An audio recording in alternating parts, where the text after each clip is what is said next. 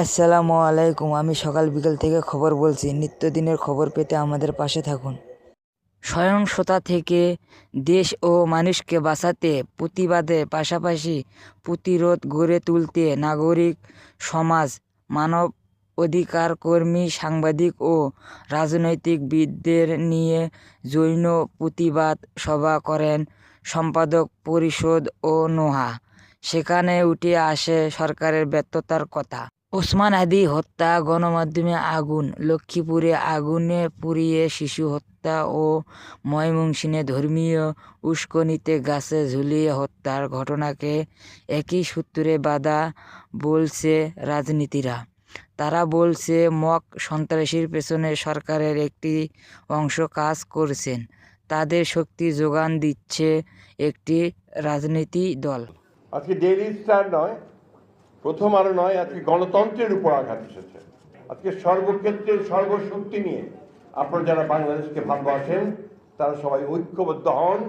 এই অপশক্তিকে রুখে দিতে হবে। কোনো কিছুর নামেই এই ধরনের ঘটনা, মিডিয়ার উপর আক্রমণ, প্রতিষ্ঠান ভাঙচুর, যেটা আইনের শাসনকে ব্যাহত করবে, এরকম কোনো কিছুর পক্ষে যারা বা সম্মতি তৈরি করবে তাদের বিরুদ্ধে আমাদের ব্যবস্থা নিতে হবে। যে এই কাজের সাথে কে বা কারা জড়িত, আমাদের প্রত্যেকেরই নিজেদের জন্য, দেশের জন্য, জাতির জন্য, আমাদের সামনে এগিয়ে যাওয়ার জন্য এটি চিহ্নিত হওয়া উচিত। তাদেরকে আইনের মুখোমুখি করা উচিত, তাদেরকে শাস্তির মুখোমুখি করা উচিত। প্রথম আলো ডেইলি সেন্টার আগুনের ঘটনায় ক্ষোভ প্রকাশ করেন সাংবাদিকের নেতারা। শক্তিসমূহকে দেখানোর প্রয়োজন যে গণতন্ত্র বিকাশের জন্য সংবাদ মাধ্যম প্রতিষ্ঠানগুলোর বিকাশের স্বার্থে এই দেশের চিন্তাশীল সব মানুষেরা, সকল পেশার মানুষেরা সংঘবদ্ধ আছেন। সেই 26-27 জন ছাদে আটকে ছিল এবং ফায়ার ব্রিগেডকে আসতে দেওয়া হয় নাই। এটার মানে কি?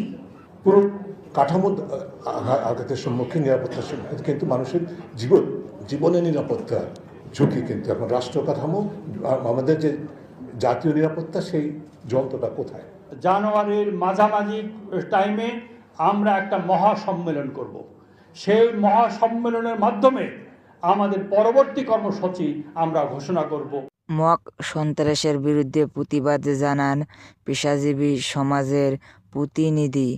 ব্যবসায়ী সমাজের প্রশ্ন, সরকার কি বিদেশে বিনিয়োগ কাজ করছে কি না?